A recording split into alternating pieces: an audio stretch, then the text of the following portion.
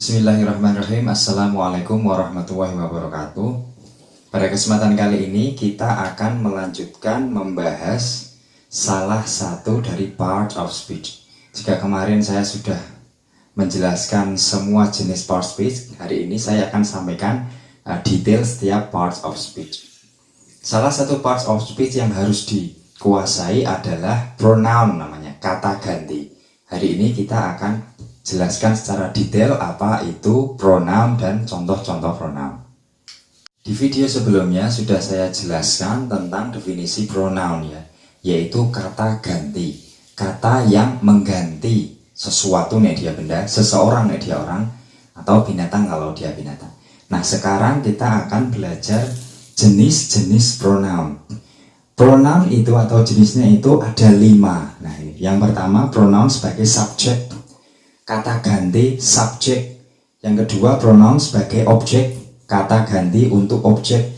Yang ketiga pronoun sebagai possessive adjective, kata ganti kepemilikan. Yang keempat pronoun sebagai possessive yang kedua. Yang terakhir pronoun reflexive ya. Jenisnya ada 5 ini, kita akan bahas satu persatu. Oke, kita akan pelajari jenis-jenis pronoun. Yang pertama adalah subject pronoun, yaitu pronoun untuk mengganti subjek dalam sebuah kalimat. Wujudnya adalah ini ya, I ya, ada you, ada we. Ini mungkin kita semua sudah sangat familiar ya. We ini adalah jika orangnya lebih dari satu, termasuk kita ikut di dalamnya.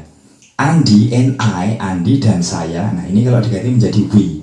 Selanjutnya ada they, kata ganti subject. They itu kalau dia lebih dari satu orang. Ayu and Ira, nah ini kalau diganti menjadi they. She ini adalah kata ganti untuk perempuan tunggal ya. Risna is my friend. She, nah jadi perempuan satu diganti he, sorry she. Kalau laki-laki he.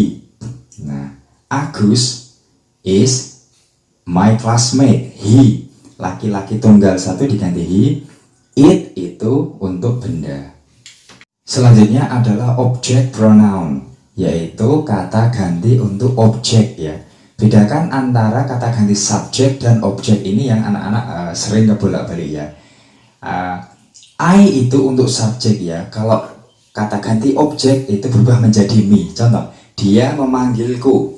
He call me, bukan he call I. I ini untuk subjek, he call me yang betul. Nah kata ganti objek tadi ya, I jadi me, you tetap sama, we menjadi us. Dia perempuan memanggil kita, she call us, bukan she call we. Itu ya objek yang dipakai kata ganti objek. They menjadi them, she menjadi her. I call her, saya memanggilnya, bukan I call she. Dia laki-laki menjadi him ya, it menjadi it. Nah ini adalah kata ganti untuk objek ya, jangan terbalik dengan subjek.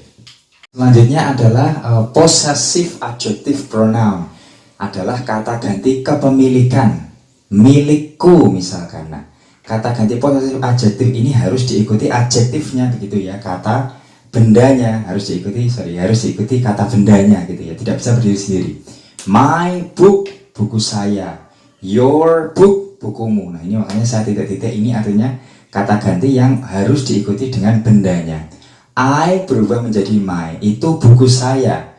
It is my book, itu bukumu. It is your book gitu ya, buku kita. Our book, buku mereka. Their book, buku dia perempuan. Her book, buku dia laki-laki. His book.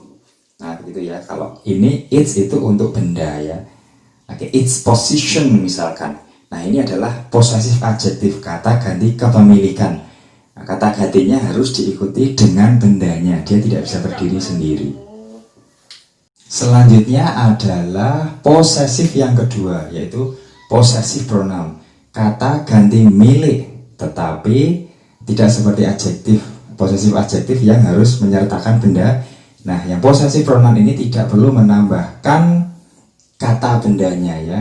I menjadi mine, buku itu milik saya. This book is mine, begitu ya. Jadi tidak perlu menambahkan bendanya. You berubah menjadi yours, kayak ada lagu itu, I am yours, saya milikmu. We menjadi ours, ya. Kelas ini milik kita, this class is ours.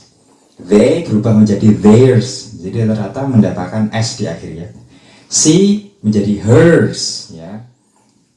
Buku ini adalah miliknya perempuan itu, this book is hers. He berubah menjadi hims. Pensil ini miliknya laki-laki itu, this pencil is hims. It berubah menjadi its, ini untuk benda. Bedakan antara possessive adjektif yang harus ada bendanya sama possessive pronoun. Ini yang kadang-kala anak-anak sering terbolak-balik.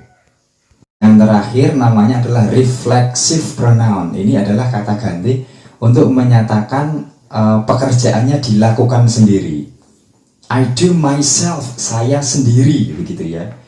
Myself artinya dilakukan sendiri. Yourself, kamu sendiri, begitu ya.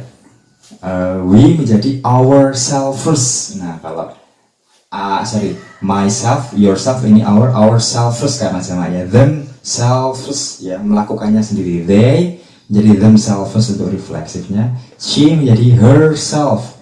He menjadi himself. It menjadi itself. Refleksif ini digunakan ya untuk menekan seseorang atau sesuatu yang melakukan tindakan itu sendiri, dilakukannya sendiri, dia sendiri gitu maksudnya ya.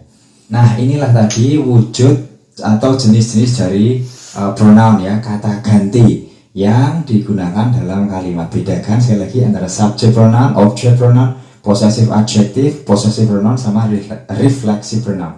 Ini kegunaannya berbeda dalam sebuah kalimat. Jika sudah paham ini, maka kita akan benar dalam merangkai kalimat ya, menempatkan pronounnya. Nah, itu mudah-mudahan bermanfaat tentang penjelasan pronoun ini. Sekian dari saya. Assalamualaikum warahmatullahi wabarakatuh.